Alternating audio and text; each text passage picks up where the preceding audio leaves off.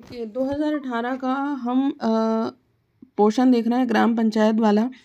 तो बहुत अच्छे से चलिए इसको स्टार्ट करते हैं। ग्राम पंचायत के सचिव की नियुक्ति किसके द्वारा की जाती है? और इससे पहले आपको ये ज़रूर बता दूं कि आप इन क्वेश्चंस को कर लेते हैं, इनसे रिलेटेड डिटेल्स को समझ लेते हैं तो आप बहुत सारे क्वेश्चंस बहुत आसानी से अटैम्प्ट कर लेंगे। ठीक है, तो सबसे पहले ग्राम पंचायत के सचिव की नियुक्ति जो होती है वो राज्य सरकार करती है। तो यहाँ पर हमें बिल्कुल भी कंफ्यूज नहीं होना है, क्योंकि हम ग्राम पंचायत पढ़ रहे हैं तो ऐसा ना लगे हमें कि भाई ग्राम सभा हो सकता है या ब्लॉक पंचायत, कुछ भी हो सकता है। नो वेज, ग्राम पंचायत के सचिव की बात हो रही है और उसकी नियुक्ति राज्य सरकार करती है। और इस चीज़ को भी ध्यान रखेंगे कि एक सचिव के अंतर्गत सिर्फ एक पंचायत नहीं आती, एक से ज़्यादा पंचायतें आती हैं। तो ये ध्यान रखने वाली बात है ना। हम आसपास की डिटेल भी जानते चल रहे हैं ताकि पेपर में इससे संबंधित सवाल आ जाए तो भी हम कर दें। अब अगला जो हमारा सवाल है वो है, मध्य प्रदेश के हरदा जिले में डेयरी का नाम बताना है जहाँ पर बड़े पैमाने पर प्रशिक्षण भी होता है, दुग्ध प्रमाणन का कार्य भी करती है वो। भाई प्रामाणिकता भी ज़रूरी है ना दुग्ध की।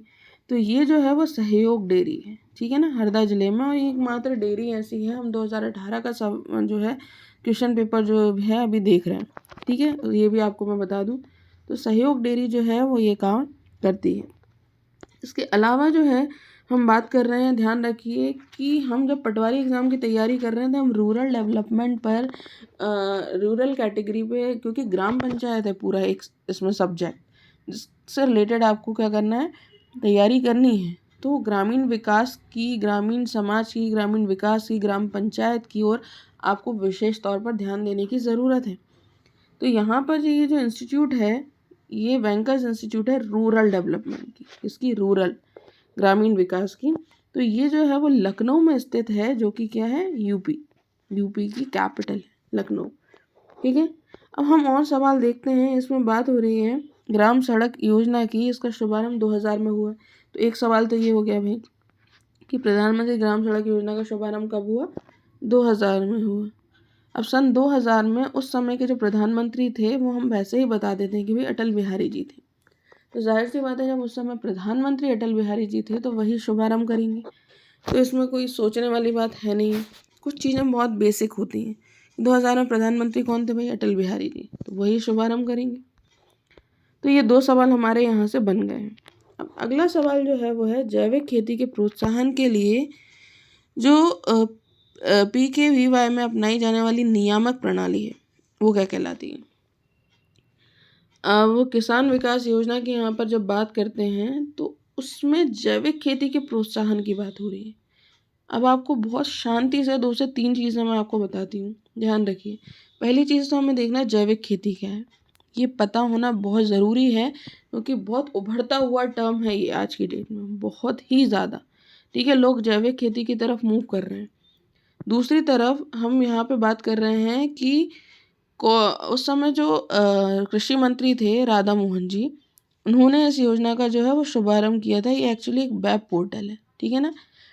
ये क्या है, ये एक वेब पोर्टल है जिसका शुभारंभ उस समय के जो कृषि मंत्री थे राधा मोहन जी, उन्होंने किया था।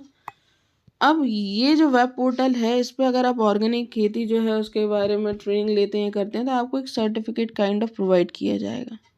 लेकिन साथ ही साथ इस चीज़ का हमें ध्यान रखना भी ज़रूरी है कि जैविक खेती होती क्या है। जैविक खेती असल में खेती का वह प्रकार है जिसमें हम आर्टिफिशियल पेस्टिसाइड्स और जो फर्टिलाइज़र वगैरह जो होते हैं जिनमें केमिकल्स होते हैं उनका इस्तेमाल नहीं करते, और प्राकृतिक खादों के इस्तेमाल से, प्राकृतिक दूसरे तरीक़ों से खेती करते हैं। उसी को बोला जाता है ऑर्गेनिक फार्मिंग, जैविक खेती। ठीक, तो ये तो हो गया एक बात। इससे संबंधित क्योंकि क्वेश्चन बन सकते हैं तो मैंने आपको बता दी। अब महिला एवं बाल विकास मंत्रालय की बात हो रही है। इन्होंने बालिका दिवस घोषित करने का कौन सा दिन चुना भाई? ये हर साल 24 जनवरी को इन्होंने डिसाइड किया कि क्या मनाएंगे, बालिका दिवस।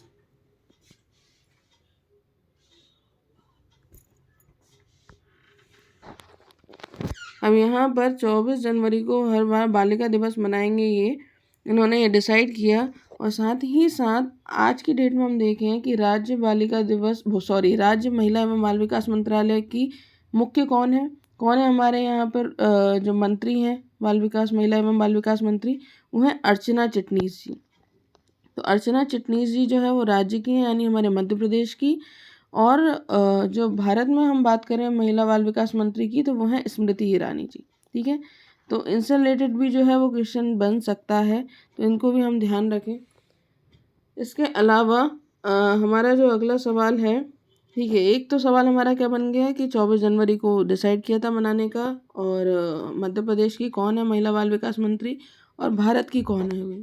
ठीक है, अब जो हमारा अगला सवाल है वो है कि इनमें से कौन सा एक जैविक खेती की तकनीक नहीं है। देखिए, अब आ गया ये क्वेश्चन। इस क्वेश्चन में जो है हमें ये ध्यान रखना है कि जैविक खेती की तकनीक नहीं है। इस नहीं पे बहुत ध्यान देने की ज़रूरत है, नहीं तो उठाकर भाई हम ये लगा दें या कुछ भी लगा दें, हमें लगे कि जैविक खेती की तकनीक है। ये होता है, जनरली होता है, तभी मैं बोल रही हूँ। ये नहीं को इंसान पढ़ता ही नहीं है जल्दबाजी में। तो जैविक खेती की तकनीक नहीं है भाई, क्रॉप रोटेशन तो है, ये है केमिकल फर्टिलाइजर्स। जाहिर सी बात है, जहाँ पर जैविक खेती की बात होगी, ऑर्गेनिक फार्मिंग की बात होगी, वहाँ केमिकल का कोई काम नहीं है, तो केमिकल फर्टिलाइजर्स का उपयोग इसमें नहीं होता है। ठीक है, अब हमारा जो अगला है, सामाजिक लेखा परीक्षण समिति का गठन, ये जो होता है वो हमारा किसके स्तर पर होता है, ग्राम पंचायत के स्तर पर। ठीक है, सामाजिक लेखा परीक्षण हम छोटे से ही चालू करते हैं, नीचे से ही चालू करते हैं, बिल्कुल एकदम बेसिक ढांचे से। ठीक है, तो ग्राम पंचायत के स्तर पर होता है। और यहाँ पर ग्राम पंचायत के सचिव को ग्राम सेवक भी कहा जाता है। ध्यान रखिए, ग्राम पंचायत का जो सचिव होता है उसे ग्राम सेवक के तौर पर भी जाना जाता है, बोला जाता है, या ग्राम सेवक को हम कह सकते हैं सचिव। आइसोपैम स्कीम का उद्देश्य जो है वो तिलहन और मक्का का उत्पादन जो है बढ़ाना था, और इसकी शुभारंभ जो हुआ वो 2004-05 में हुआ। इस स्कीम का जो शुभारंभ है ये 2004-05 में हुआ, और उसका मेन मकसद जो था वो तिलहन और मक्का का उत्पादन बढ़ाना था। और मध्य प्रदेश में कौन सी फसल जो है वो खरीफ की नहीं है।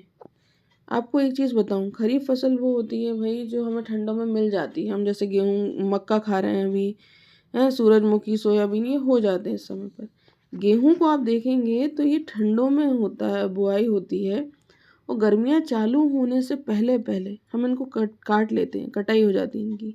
आप इसको ध्यान से अगर ऑब्जर्व किया हो आपने, तो जब होली का टाइम आता है फेब मार्च में, मार्च के करीब, तब हम गेहूं की बालें जो होते हैं उनको उसमें सेकते हैं, जो होली का दहन होता है। तो ये रिचुअल्स कई घरों में होता भी होगा, जो लोग जानते हैं उनके घर में ये चीज़ होती होगी और वो जानते होंगे। तो गेहूं जो है वो रबी की फसल है, खरीफ नहीं है, ये ठंडों में होती है। सब कुछ हमारे आसपास होता है, बस हमें ऑब्जर्व करने की ज़रूरत है। अब इनमें से कौन सा एक भूमि कृषि का रिकॉर्ड होता है, ये होता है खतौनी। इसमें किसान के से पास जो ज़मीन वगैरह है उससे रिलेटेड जो है वो रिकॉर्ड पूरा इसमें होता है। अब हम बात करते हैं उस वायसराय की जिसने भारत में स्थानीय स्वशासन का जनक जैसे माना जाता है। देखिए ध्यान से, स्थानीय स्वशासन, स्थानीय मतलब जहाँ पर रह रहे हैं वही। ठीक है, तो स्थानीय स्वशासन जो है वो लॉर्ड रिपन जी ने इंट्रोड्यूस किया। इस चीज़ को ध्यान रखिए, ये भारत के वायसराय जो है वो कब बने, 1880 में ये भारत के वायसराय बन गए थे, और पंचायतों का गठन इन्हीं के शासन में हुआ है। और पंचायत स्थानीय स्वशासन का सबसे मूलभूत ढांचा है। वहीं के लेवल पे वहीं की चीज़ों को निपटा देना, वहाँ का शासन देखना, स्वशासन को बढ़ावा देना, तो ये किसने इंट्रोड्यूस किया, लॉर्ड रिपन जी ने। अगला सवाल जो है वो है हमारा, सांझी के नाम से इनमें से किसको जाना जाता है। तो सांझी जो थी वो उसको एक्चुअली सांसद आदर्श ग्राम योजना है, सांसद आदर्श ग्राम योजना। इसके तहत जो है ये डिसाइड हुआ था, ये कब लॉन्च हुई थी, 11 अक्टूबर 2014 को।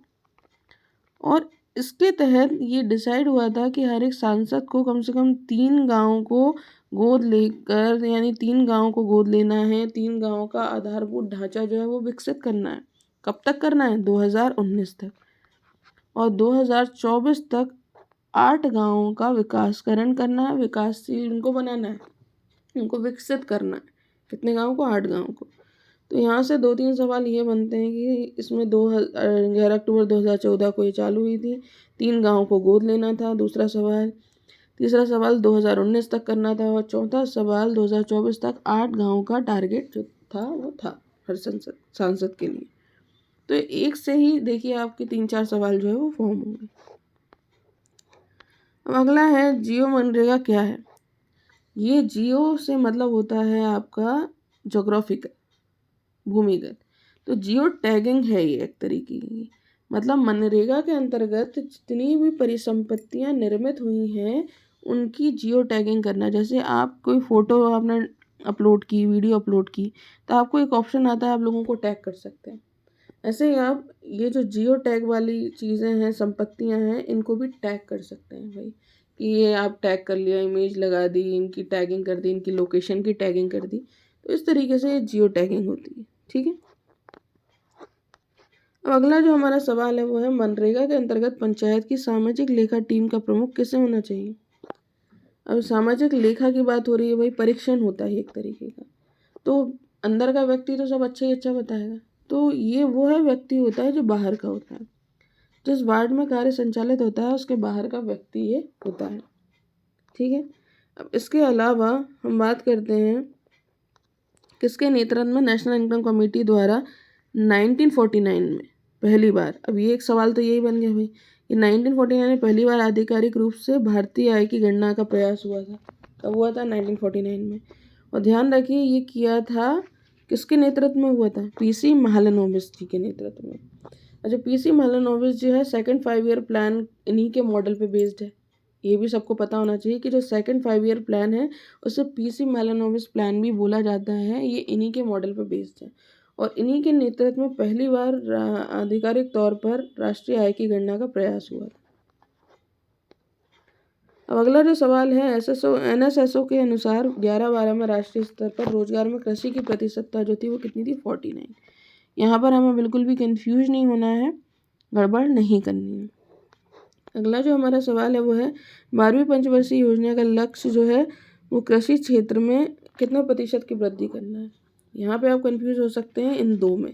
क्यों हो सकते हैं? क्योंकि ये परसेंटेज जो था वो जीडीपी का था इनका और ये परसेंटेज कृषि का था। तो हमें ये ध्यान रखना है कि इन्होंने हमसे कृषि क्षेत्र पूछा है। अगर हमें जीडीपी का 8% याद रह गया तो हमारा एक सवाल गलत, हमारा एक नंबर पीछे। तो इन छोटी छोटी बारीकियों पर आपको ध्यान देना है। अब भारत सरकार ने सर्वप्रथम राष्ट्रीय कृषि नीति कब घोषित की थी? ये सन 2000 में घोषित की थी। ठीक है ना। तो हमारी राष्ट्रीय कृषि नीति जो है वो 28 जुलाई 2000 को सर्वप्रथम जो है वो घोषित की गई। ठीक है। तो ये हमारे सवाल हैं और इनसे हमने कई चीज़ें समझी कि किससे संबंधित क्वेश्चन कैसे आ सकते हैं। आगे की वीडियो में हम जो है वो कंप्यूटर सेक्शन डिस्कस करेंगे। इसी के साथ 2018 का हमारा एक पेपर कंप्लीट हो जाएगा। Thank you.